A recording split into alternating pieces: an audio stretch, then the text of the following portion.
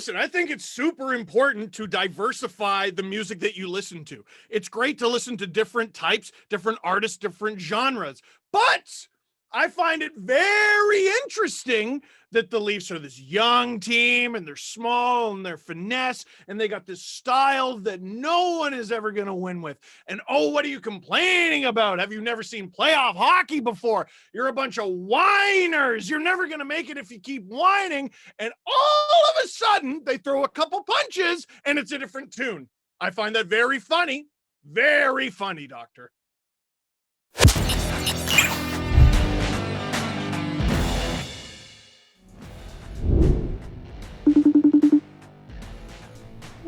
It is Blue and White Therapy presented by Old Spice. Steve Dangle, I'm conflicted this week because in one end, things are going really, really well. On the other end, I think it's important to continue to talk even though things are going really, really well. Is it fair to say, Steve, that things are going really, really well?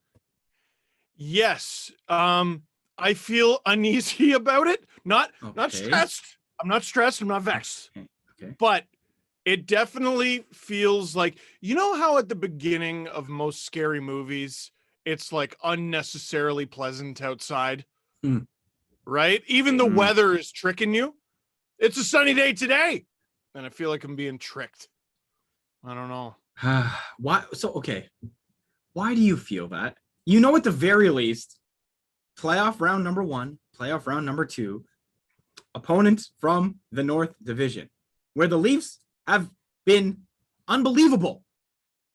Okay, sorry. Yes, now your turn. No, I'm sorry. No, I'm saying they're number 1. Yes, they're very much number 1. Can you imagine if I was like, shh, I would never do that to my doctor or friend. No, this is your time. You can do whatever you want. And thank you for calling me your friend, but I think we should keep this professional. Meanwhile, I'm trying to understand like where the uneasiness comes from, given the fact that they're so far ahead in that division. Here it is. Okay. It's a defense mechanism. That's a term that I learned from It's funny you, because right? a lot of people felt for a while the Leafs had no defense mechanism, but this year it's different. This year it's different. It's very clever. It's very clever. But seriously, they are clearly number 1. They're clearly number 1 in Canada. And you know what put that mortal fear in me? When Edler need Hyman.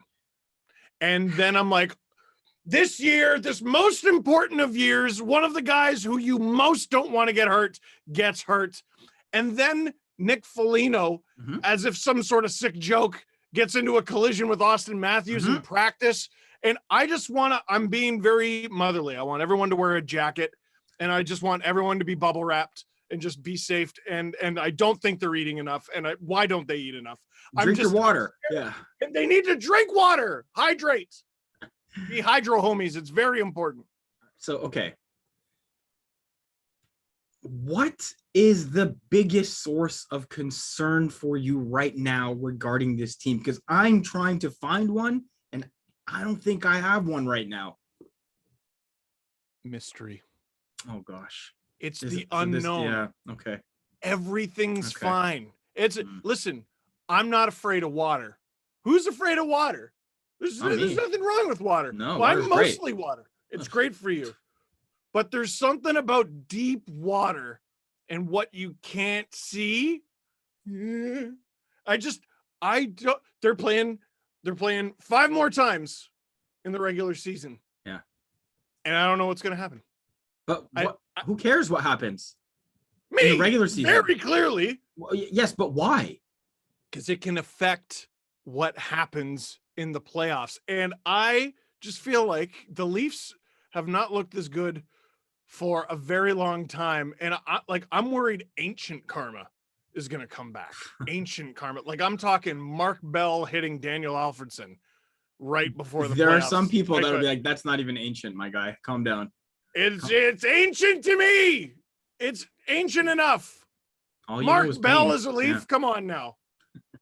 Okay. Daniel Alfredson was a star. That was so long ago that he was a star, got old, went to the Red Wings, went back to the Sens, and they alienated him again. That's how long ago that was. Yeah, we need a 6-hour session to talk about all of that. I'll find the corresponding Sens fan to take on as a client. I imagine they'll have some thoughts as well. Okay, so regular season winding down. What do you want to see then in this last, stretch of the regular season? Or do you want to see everybody just sit so nobody gets hurt? Yeah, that one. Yeah. Can I sign up for that one? Ooh, but I'm have that. greedy. Also, You want 40 goals, right? I want 40 goals. I knew it. Yeah. I want 40 goals. And I love that the Leafs very clearly had a conversation with Austin Matthews and they said, listen, you're not playing the last game. So you have until then to score 40 goals. And he's just been doing nothing but shoot. But just shooting and scoring. Shooting and scoring. I also want Scott Sabourin back in the lineup somehow. I hope he's okay. I want Richard Clune signed to a one-day deal. I want, like, what's the bouncer from Grace O'Malley's doing? The guy with the hat. I want him in the lineup. What, doctor? What? Listen, I'm just saying, I'm just coming up with roster construction. I get it. But if this is where we're at, we're just coming up with hypothetical roster players to fill in the void for the last 5 games. It feels like things are pretty good. It does. Hey, it does. I'm happy because despite things going well, you decided you still wanted to talk. And that is a sign of progress. That is a sign that you want things to continue to stay well. So, Steve, I'm hoping over the next week, things go well and we can have a really progressive and positive session a week from today. You cool with that?